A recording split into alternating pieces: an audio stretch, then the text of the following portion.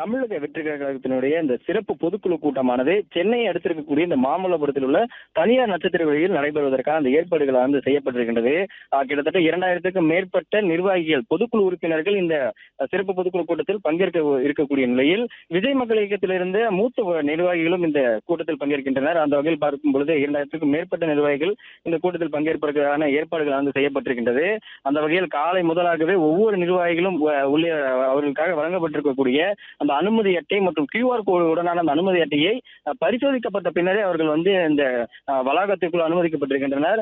தற்பொழுது இந்த நிகழ்ச்சி அரங்கிற்குள் செல்வதற்காக அவர்களுக்கான அந்த QR கோடு பரிசோதனையானது தற்பொழுது நடைபெற்று வருகின்றது. அந்த வகையில் பார்க்கும்பொழுது ஒவ்வொரு நிர்வாகிகளும் கிட்டத்தட்ட ஒரு தொகுதிக்கு 15 நிர்வாகிகள் என உட்பட்டு கிட்டத்தட்ட 234 தொகுதிகளுக்கும் கிட்டத்தட்ட 2000க்கும் மேற்பட்ட நிர்வாகிகள் இந்த கூட்டத்தில் பங்கேற்க இருக்கின்றனர். பல பிரச்சனைகளை இன்று விஜய் இந்த கூட்டத்தில் பேச இருப்பதாகவும், அதாவது கரூர் சம்பவத்திற்கு பிறகு நடக்கக்கூடிய தமிழக வெற்றி கழகத்தினுடைய முதல் அரசியல் நிகழ்ச்சியாக இந்த நிகழ்ச்சியானது பார்க்கப்படுகின்றது.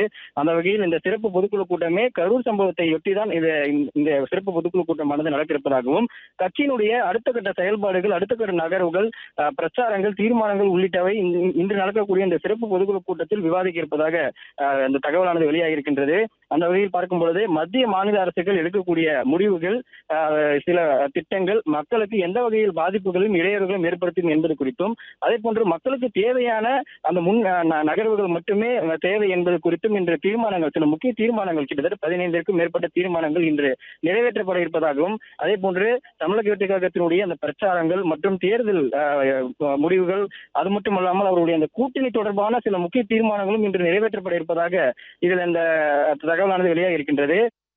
பிளே ஸ்டோர் மற்றும் ஆப் ஸ்டோரில் இருந்து பாலிமர் செயலியை QR கோடு மூலம் பதிவிறக்கம் செய்யுங்கள்.